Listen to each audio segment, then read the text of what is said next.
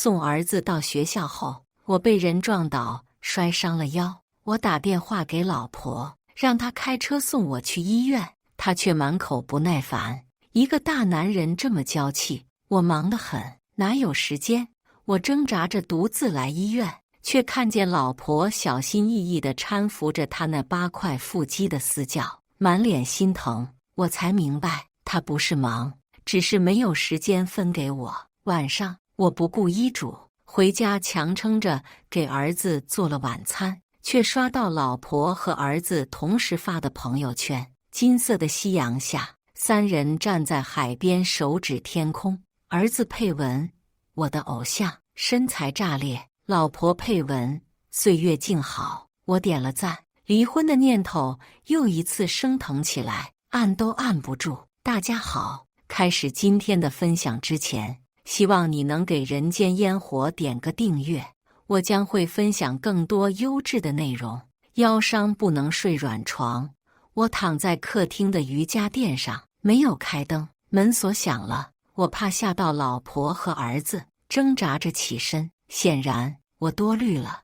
我的老婆白小妍用娇小的身体架着身高体壮的教练，儿子在一旁帮忙。他们看到我，顿了一下。白小妍说：你怎么在家？我爸不是让你去出差吗？他根本没有等我回答，自顾自忙着指挥儿子收拾客房。孟子航今年13岁，刚上初2。白小妍从不让他沾家务，他的理论是男孩子做家务有损男子汉气概，而我却因为太爱他们，日复一日消耗在繁琐的家务事中。孟子航在他妈妈的指导下，很快就把客房打扫一新。我苦笑一下，原来家务事没有会不会，只看你愿不愿意去做。而那位8块腹肌一直坦然地靠在我老婆身上，斜睨着我，唇角带着戏谑。我忍无可忍，小妍，你什么意思？白小妍此时仿佛才意识到需要给她的合法丈夫一个解释。王辉伤了腰，没人照顾，我让他暂住咱们家。你不是最不喜欢家里有外人吗？他的声调突然尖利起来。王辉不是外人，今天在健身房，要不是他护着，被杠铃砸到的就是我。我心里一惊，习惯性的想去查看他有没有事，他却下意识地将身体往王辉的怀里缩了缩。我自嘲地笑笑，收回脚步，说：小妍，我的腰也伤了。王辉低头看着怀里的我老婆，说：小妍，要不我还是回去吧，不要惹姐夫不高兴。白小妍狠狠瞪了我一眼，说：孟雨，我真的很讨厌你这副小家子气。你的伤能跟王辉一样吗？他要是养不好，有可能断送职业生涯。你被我们家养着，吃喝不愁，知足吧。我一口气哽在喉头，余光瞥见孟子妍跟他妈妈一样露出鄙夷的神情。自从2年前白小妍爱上健身，就和王辉交往越来越紧密，甚至连同孟子航3人经常一起健身、郊游、聚餐。每当我表示不满，白小妍就会翻着白眼说：一个大男人心胸能不能别这么狭隘？你没有朋友，凭什么让我跟你一样？我看着白小妍，冷冷地说：朋友，男女毫无界限，搂搂抱抱，你当我眼瞎吗？白小妍不可置信地看着我，指着我的鼻子怒吼道：孟雨，你居然敢这样跟我说话！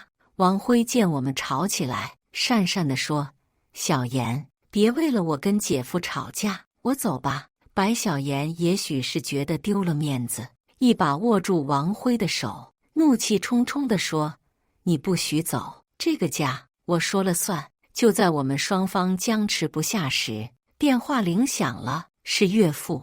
我赶紧调整好情绪，接听电话：孟雨，说好今天去见供货商，你为什么爽约？人家很生气，电话都打到我这里了，我不明所以。在受伤后，我第一时间安排团队副手去见供货商，而且他们相谈甚欢，已经签了合同。我耐心解释：爸，我今天伤了腰，实在是过不去，安排小金他们去了，事情已经谈妥，您放心。岳父沉默了一瞬，语气愈发严厉：我们白家不养闲人，你明天赶紧过去，把合同的事敲定。几分钟后，白小妍的电话又响了，她躲进孟子航的房间，压低声音。这对父女又在上演双簧戏，无非是白小妍嫌我在家碍事，让他父亲派我出差。在他们眼里，我这个没出息的便宜女婿是可以随便指使的。我趁着白小妍打电话时，打开大门，将王辉请了出去。他临走前，站在门口嚣张地冲我扭了扭腰，我才知道他的伤根本就是装的。白小妍回到客厅，发现王辉走了，发疯一般冲进主卧，把我的物品全部扔了出来，狠狠甩上门。我独自躺在客厅，彻夜难眠。第二天一到公司，岳父就催促我去出差。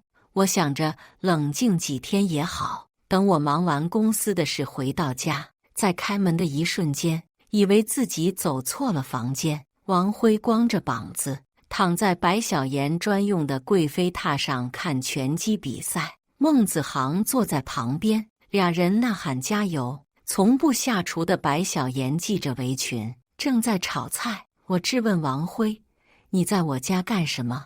王辉挑衅地瞟了我一眼，说：我腰伤没好，小妍不放心，让我住过来方便照顾。你这几天一直在我家住着。他皮笑肉不笑点了点头，说：没办法，小妍太会心疼人了。我脑袋嗡的一声，恨不得冲上去给他一拳。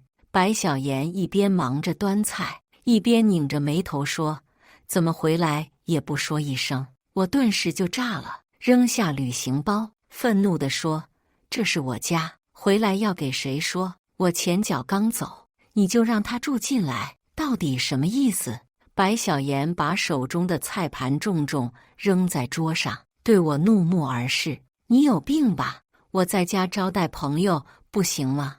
我指着那个贵妃榻说：这不是你专属的座位吗？从不让我碰一下，现在让一个外人躺在上面。白小妍轻蔑地嗤笑一声：你的心眼就这么大点吗？王辉腰不舒服，我让他休息一下怎么了？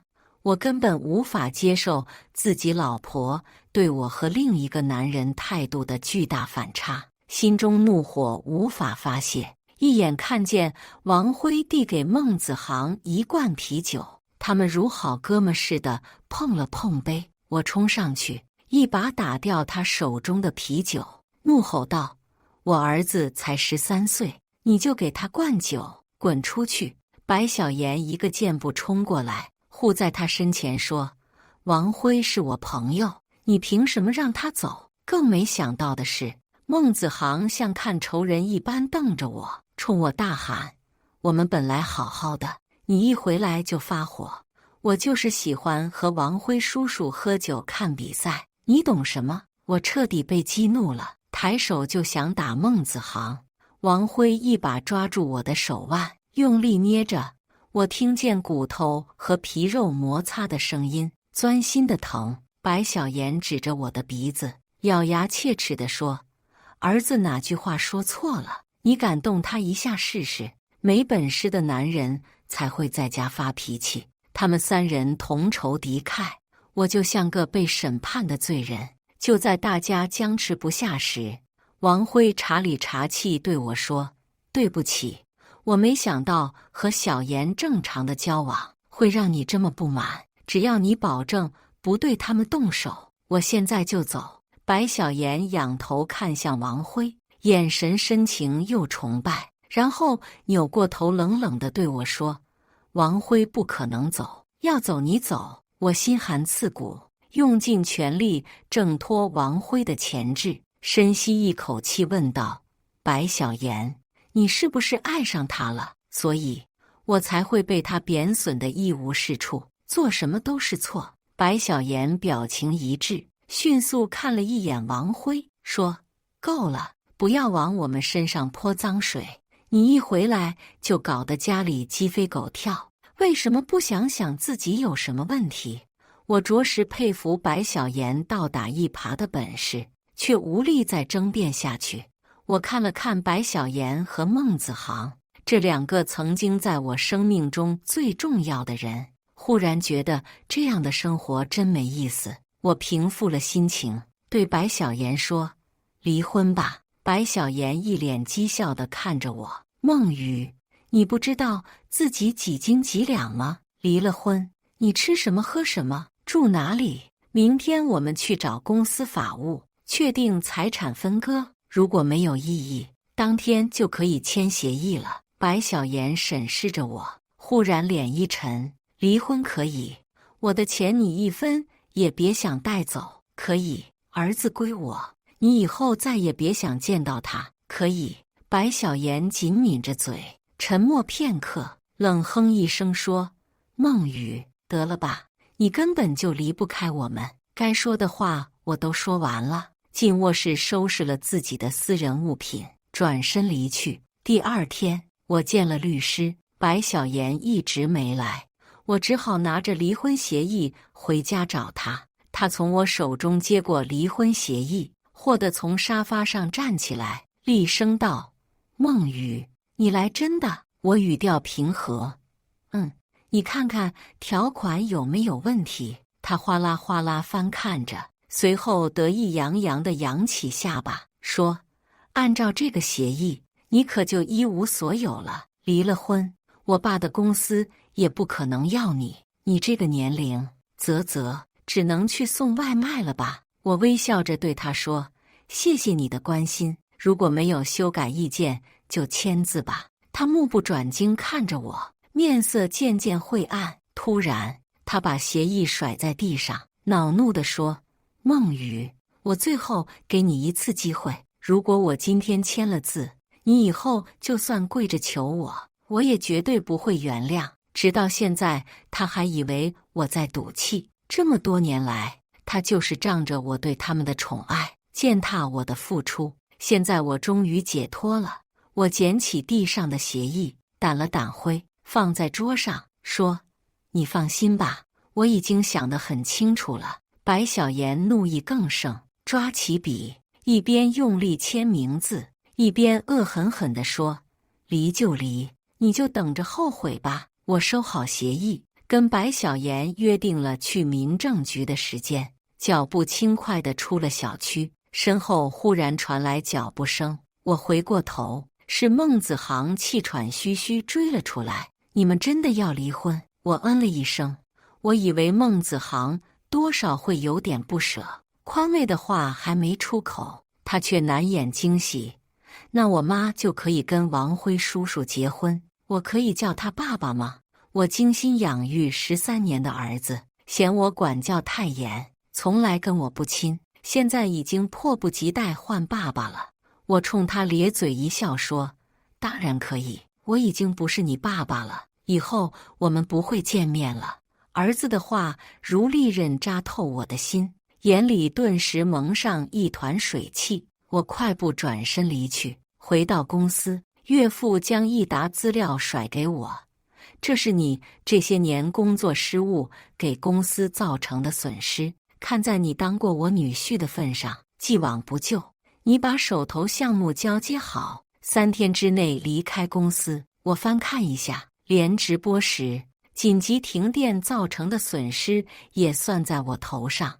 我拿出公司股权分红协议，放在他面前。公司共有4个副总，按照协议，我们每人到年底都可以拿到3%的股权分红。每次到算年薪时，岳父都会拍着我的肩，语重心长地说：“孟雨啊，我们是自家人，肉烂在锅里，你不要跟他们一样斤斤计较。所以这笔钱我从没拿到过。”岳父轻蔑地瞟我一眼，把协议撕得粉碎，用力甩在我脸上：“你个白眼狼，要不是我们家，你能在大城市过上风风光光的日子，还敢跟我谈钱？做梦！我心里冷哼一声，这对父女的无耻程度确实超乎我的想象。我只好一纸诉状将白氏公司告上法庭。我必须拿回自己应得的酬劳，一分都不能少。白氏聘请的律师是白小岩的堂舅，多年来基本就是在公司混日子，没几个回合就败下阵来。我胜诉了。白氏是家族企业，弊端很多，最大的问题是任人唯亲。我一离职，跟着我打拼多年的团队被各种打击报复，日子非常不好过。在他们纷纷动了辞职的念头时，我将他们约了出来。白小岩名义上负责直播业务，其实他能力有限，又不愿吃苦，所以他部门的几个百万级主播也是我一手培养的。最近他更是无暇顾及生意，忙着跟王辉爱得干柴烈火，每天在朋友圈秀恩爱。我将这些人才都收入麾下，手上有资源，有稳定的客户群，不自立门户，更待何时？我忙于新公司筹备，心无旁骛，以前的生活被我彻底抛在脑后。一天早上，电话铃声把我吵醒。离婚后，我不用照顾孟子航，每天都可以安心睡到自然醒。我迷迷糊糊拿起电话，是孟子航，他的语速很快，显然很着急。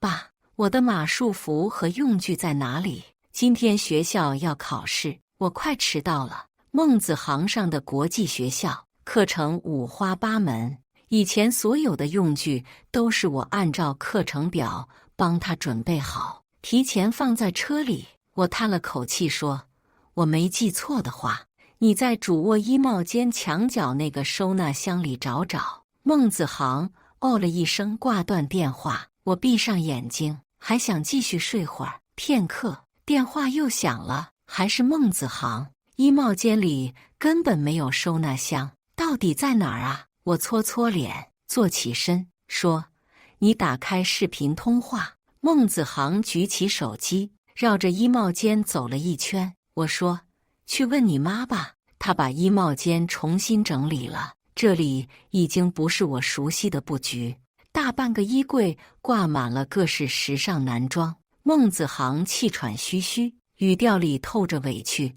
我妈去欧洲旅行了。我心里隐隐一痛，他们把儿子扔家里，自己出去潇洒了。我沉默了片刻，平静地说，孟子航，我已经不是你爸爸了，以后不要再给我打电话。不等他回答，我果断挂掉电话，睡意全无。到了傍晚，孟子航的班主任又打来电话。孟子航爸爸，我听孩子说了父母离婚的事，但是您作为孩子的父亲，不能推卸教育的责任。血缘关系不是一句离婚就能摆脱的。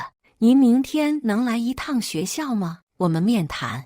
我耐心听完了老师的谆谆教导，知道孟子航就在一旁，想了想说，麻烦老师了，您能不能把电话开成免提，让孟子航也听着？我忍着心里的闷痛，缓缓开口，孟子航，每个人都要对自己的选择负责。你选择了王辉当爸爸，就不要再来找我。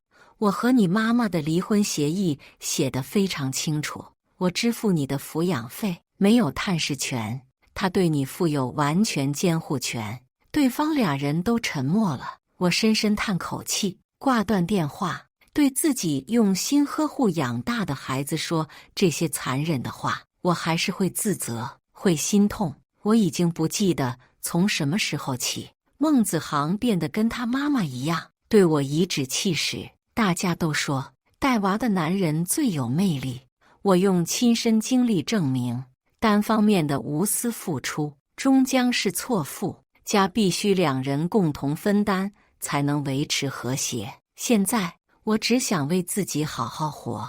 开公司需要一笔启动资金，但是我的讨薪之路非常不顺。虽然我胜诉了，前岳父根本不按照判决执行，公司我进不去。刚一到门口，就被10几个保安拦住。他们家那个豪华别墅更是门禁森严，甚至我时不时还会收到恐吓信，砖头、小刀、染血的硅胶断指。对于老赖，我还留什么情面呢？这天，白小妍发了一条朋友圈，告别糟心软饭男，拥抱我的优质暖宝宝，开启全新人生之旅。他们定在一家豪华酒店见家长，我也订了这家酒店，带着所有员工举行公司筹备答谢宴，还邀请了一些以前的合作伙伴。酒过3巡，我将一个文件袋交给隔壁包间的服务员。不一会儿，门外走廊上传来前岳父的咒骂声：“孟雨，你给我出来！敢跟我斗，看我不弄死你！”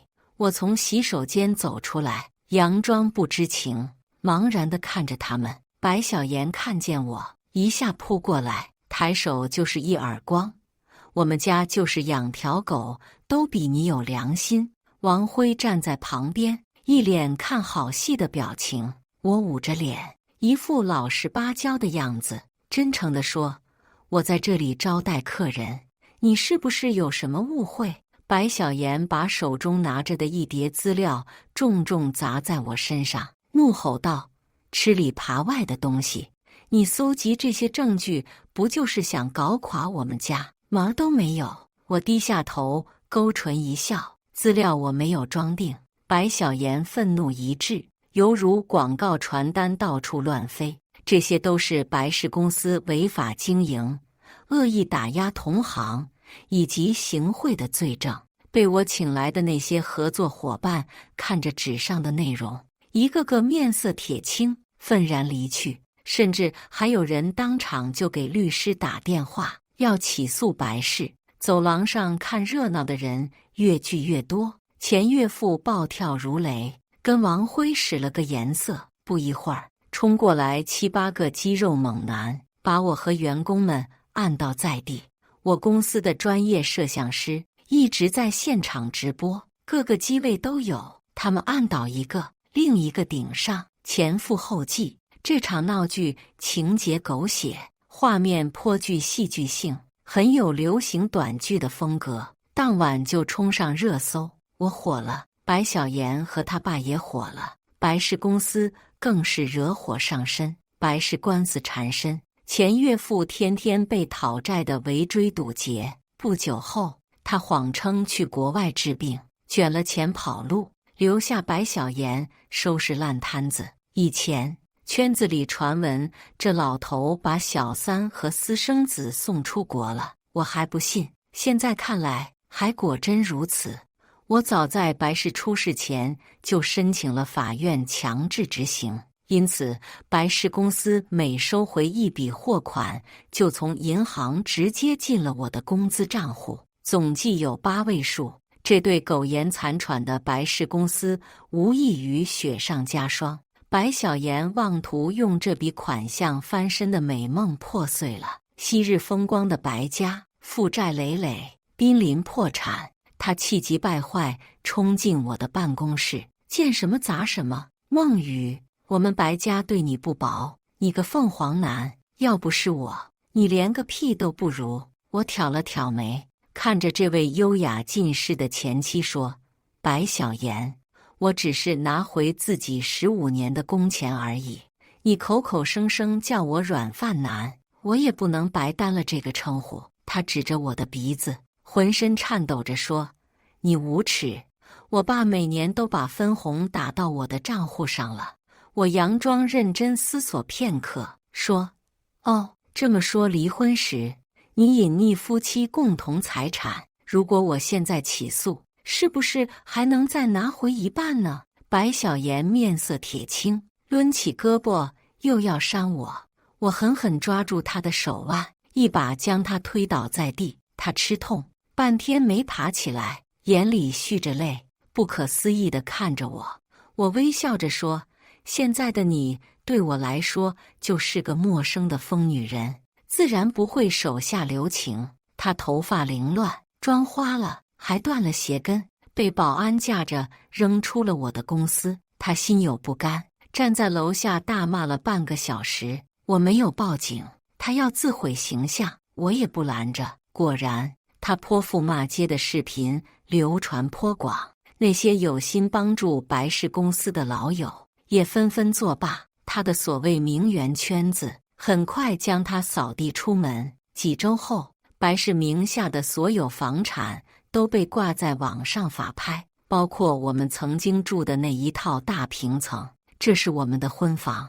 我看着图片里熟悉的房间和陈设，思绪万千。白小妍是低我一级的师妹，新生报道，我帮她扛行李，她不会整理床铺，茫然地站在宿舍中央。我帮她收拾停当，她叽叽喳喳对我说尽了好话。迎新晚会，我们乐队登台，燃爆全场。白小妍从此开始黏着我，整整3年。我觉得她娇气，不够独立，对未来没有明确的规划，不是我喜欢的类型。但是，我出生在书香门第，从小的教育让我不懂拒绝，尤其是对一个为我付出真爱的女孩子。父母说，一个女孩子能喜欢你这么久，不能辜负人家的一片真心。于是毕业前夕，为了报答她的喜欢，我主动向她求婚。本来我计划考研，但是他说父亲要开公司，需要信得过的人去帮忙。于是我跟他回到了他的家乡。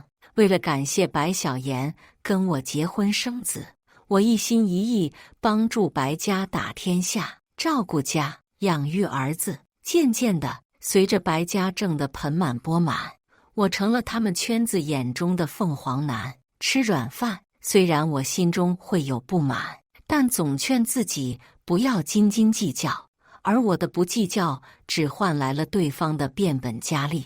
这套房子承载了我太多的喜怒哀乐，我的手指不受大脑控制地点了出价。去收房的那天，遇到了白小妍一家3口，他们来收拾自己的私人物品。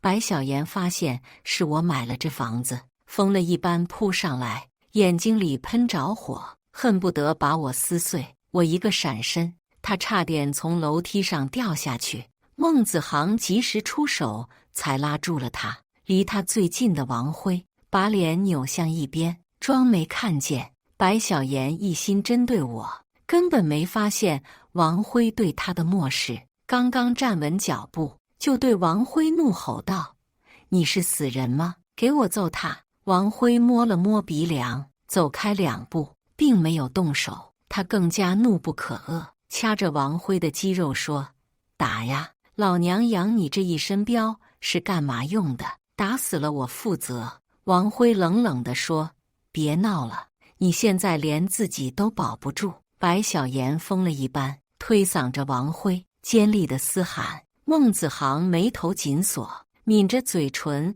缩在角落里，脸色苍白。我看着他的样子，胸口很闷，但他有自己的爸妈，我不愿跟他们纠缠。搬家公司到了，我让人把房间清空，一样都不留。白小妍震惊地看着我，摸摸那些昂贵的意大利家具，眼露贪婪的金光，像是自言自语道：“这些都不要了吗？几10万1件呢？”我没有搭理他，转身进屋。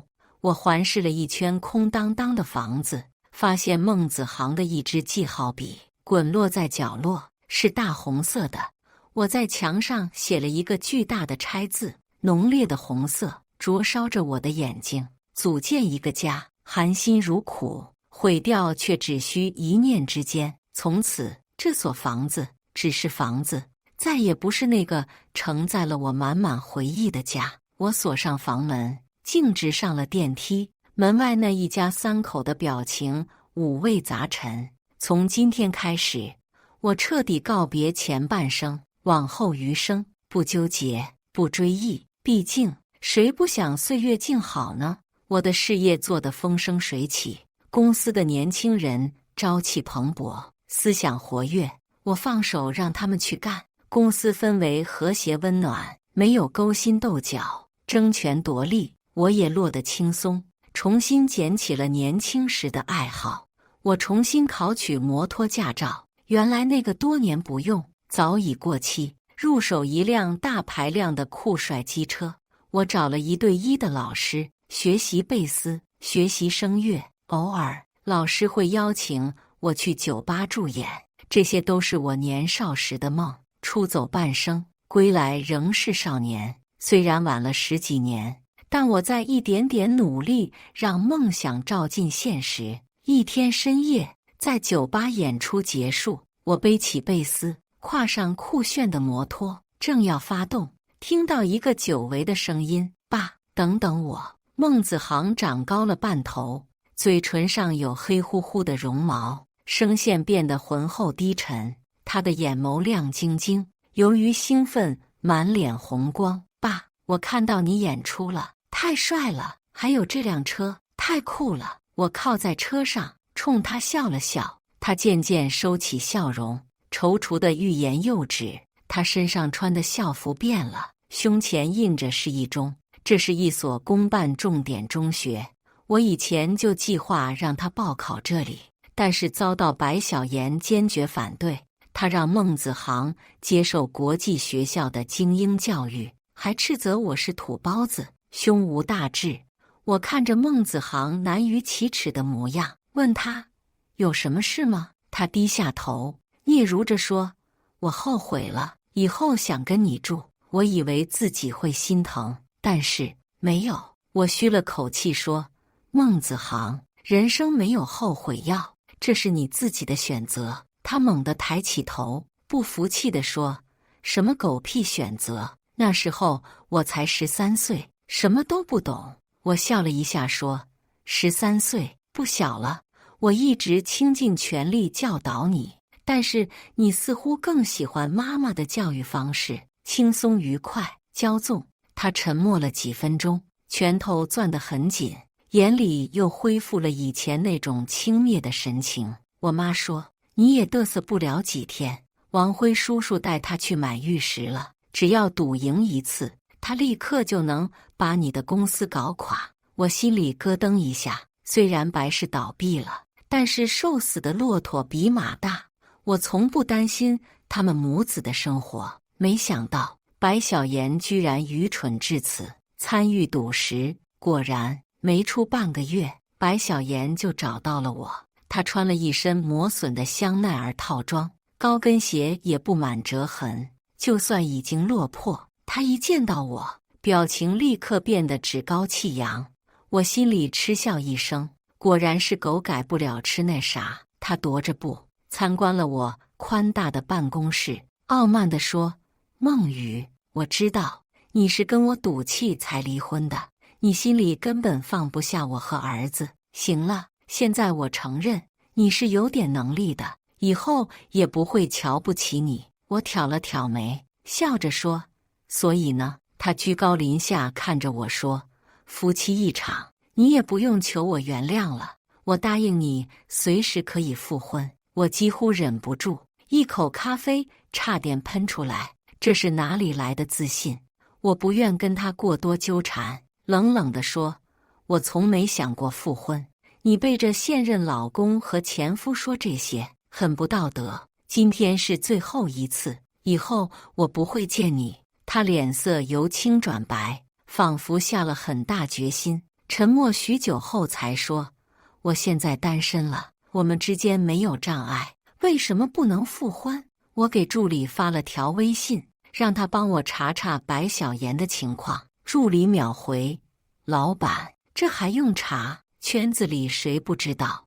王辉骗光他所有的钱跑路了，虽然立了案，但是根本找不到人。”我心下了然，冷冷地说：“白小岩，我们早就结束了，你来找我，只是没有遇到更好的。”他看着我，一脸诚恳地说：“我保证，以后我会安心过日子，再也不会看上别人。”我就像吃了个苍蝇，厌恶地说：“白小岩，给自己留点脸面吧。”他骄傲惯了，听我这样说，立刻意识到自己的失态，调整好表情，昂着头，语气狠厉地说：“孟雨，你给我等着！我确实低估了白小妍的厚颜无耻。白小妍将我告上法庭，说我抛妻弃子，不支付抚养费。我去应诉，他在法庭上风度尽失，将孟子航推搡在原告席，逼迫儿子控诉我的罪行。他自己在一边声泪俱下，无论他怎么表演，抵不过我证据充足。他疯了一般，拖着孟子航到处递交诉状。孟子航的状态越来越糟糕，说不担心是假的。我每天都梦到他蹒跚学步，扎着小胳膊向我走来。我太了解白小妍了，他认定了我心软，不会放任儿子受苦。孟子航就是他勒索我的筹码，但是他不知道，我的心早就被他伤得千疮百孔，生了一层层硬硬的壳。我收到传票就去应诉，但绝不会多付1分钱抚养费，每月1万，足够孟子航花销，却维持不了白小妍的奢侈欲望。终于，他扛不住了。一天晚上，我从公司出来，白小妍躲在路灯的阴影处，忽然窜出来拦住我的去路。我还没反应过来，他拽过孟子航，一把推搡到我身上。他穿着一身睡衣，头发胡乱挽着，脚上套着拖鞋，彻底不修边幅了，恶狠狠地瞪着我说：“儿子我养不起了，是死是活，反正交给你了。”说完，掉头就跑，生怕我再把儿子推给他。我看着孟子航难堪的表情，于心不忍，带着他在附近宾馆开了一间房。我买了一提啤酒，拎到房间。他13岁那年，我打翻了他手中的啤酒，他宁愿叫别人爸爸。3年过去了，我亲手递给他一罐啤酒，跟他碰了碰，一饮而尽。他的眼神躲闪，不敢与我正视，紧紧握着啤酒罐，没有喝。我很冷静地跟他说：“子航，你已经叫别人爸爸好多年了，所以我不可能再接受你，但是血缘关系又不可能切断。我可以供你读书，直到大学毕业。你想要什么样的生活，以后自己去努力。”孟子航低着头，听着我的话，脸色变了几变。我想去住校，以后也不想再任他摆布。我点点头说：“好，我每个月把生活费打到你的卡上，保证你生活无忧。你专心学习，也不要再给我打电话了。”跟孟子航谈完话，我走出宾馆，把手机卡拆下来扔进了垃圾箱。白小妍再也拿不到我给孟子航的生活费，又不愿意出去找工作，没有生活来源。他开始到处堵截我，哭天抢地要求复婚。现在的他真是一点脸面都不要了。他在网上散布我抛妻弃子的谣言，还 PS 一张我和公司某女职员的床照。我本是不在意的，也不想解释，但是公司每晚要做电商直播，很多黑子会在直播间毫无节操的谩骂，给主播的工作造成极大困扰。我报了警，并起诉了白小妍。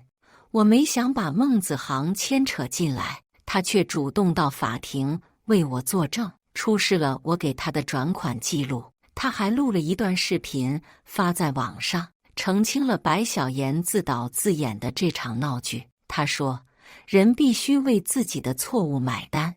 我曾经享受着父亲所做的一切，却瞧不起他。现在我最想成为他那样的人，爱家庭，爱生活，也好好爱自己。”我捂着脸，滚烫的眼泪从指缝中流淌下来。经过几年打拼，公司运行进入良性循环，大家各司其职，有没有我这个老板在，区别不大。孟子航出乎我的意料，考上了清华，通过努力成了著名教授的得意门生。我开始周游世界，我在冰天雪地的南极打滚，在阿尔卑斯山巅仰望星辰，在挪威的极光中起舞，在埃塞俄比亚的草原上狂奔。此刻，火红的夕阳铺满整个天空，我坐在毛里求斯梦幻般的大海边，看着远处冲浪嬉笑的人们，不由得唇角上扬。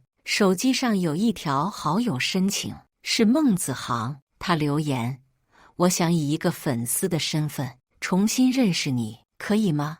我不由得嘴角上扬，点击通过，回复他：嗨，你好，孟子航。其实我也粉你很多年了，人生没有什么是不可改变的，既然抓不住，就坦然放手。努力过，拼搏过，岁月将我的故事酿成酒，醇香静好。以上就是今天分享的故事，大家有什么想说的、想吐槽的，欢迎在下方评论交流。也更希望能给人间烟火点个订阅，我将会分享更多优质的故事内容。